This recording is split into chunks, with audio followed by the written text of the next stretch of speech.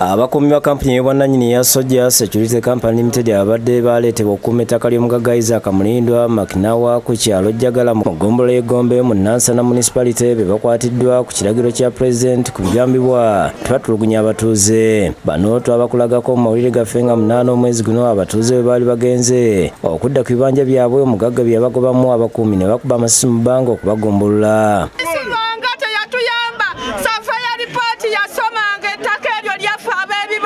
Abatuuze balumiriza nti ettaka omugagga Mulindwa lyabagobako talina ku bwannannyini kuba ensonga zino yazitwala ne mu kkooti ne bamusingirayo, kkooti n'ebalagira okudda mu bibanja byabwe. Oluvannyuma lw'amawulire gano okulagibwa ku gataliiko nfuufu ku Bukedde TV1 kyawaliza abakungu okuva mu maka g'obwa Pulezidenti okuli munnamateeka Annette Bakunzi ne Stephen Male Ntambi ssentebe NRM mu Kampala Region okukuba olukiiko ku ttaka lino. Abatuuze mu bategeereza byonna ebirikwatako.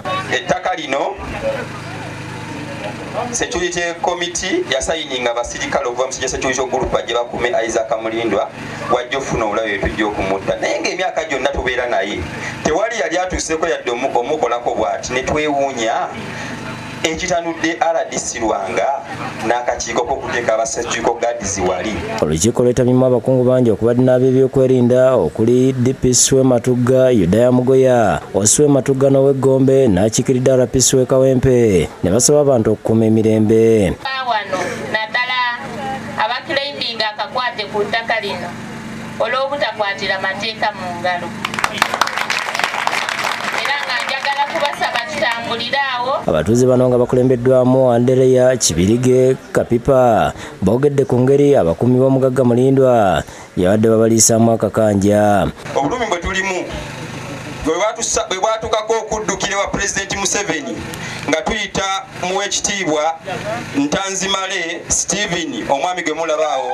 Bagamba bagattako n'okumenya amayumba gaabwe, okuliisa emmere, okubawambako ebintu byabwe okuli pikipiki, essimu n'ebirala, n'okubakwata nti ne babaggalira mu kkomera lyabwe. Balidde bakyali ba security guards wabula babbi. Era tubaye tukusaba ow'ekitiibwa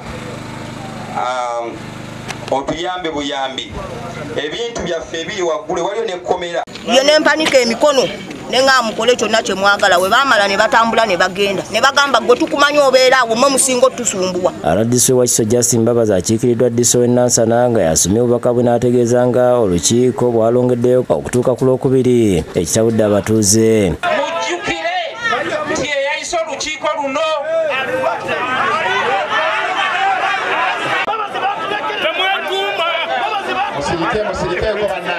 Oluvannyuma Ntambi ategeeza nga bwe batayinza kulinda bya RDC n'agamba nti kino kirina kuggwa leero ekisanyusizza abantu ne bamusitula olw'essanyu. Pulezidenti Museveni yatutuma ye yennyini nga yatuma era n'atukwasa madaamoolo wali ensonga era olwaleero era ensonga ezakutuuka ku ntikko.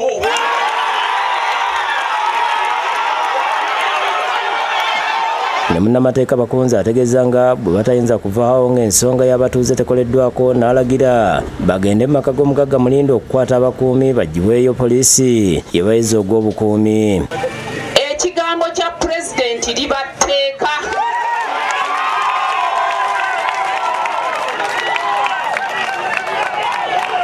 Emirembe gavumenti eno gye yaleeta tegyali gya kutemako bantu magulu. Kyokka abakuumi b'omugagga olubalabye ne babuna emiwabu ng'olutuuse mu maka g'omugagga ne batandika okubakuŋŋaanya n'ekizzeeko okubaggyako mmondu okubaaza n'okubakwata. Poliisi ekunguza abakuumi okubajja mu maka g'omugagga ne batwala awabadde olukiiko abantu olubalabyeko ne bafa essanyu n'ekizzeeko okubayingiza wansi w'akabanga lya poliisi bonna era ne batwalibwa ku poliisi y'e Matugga.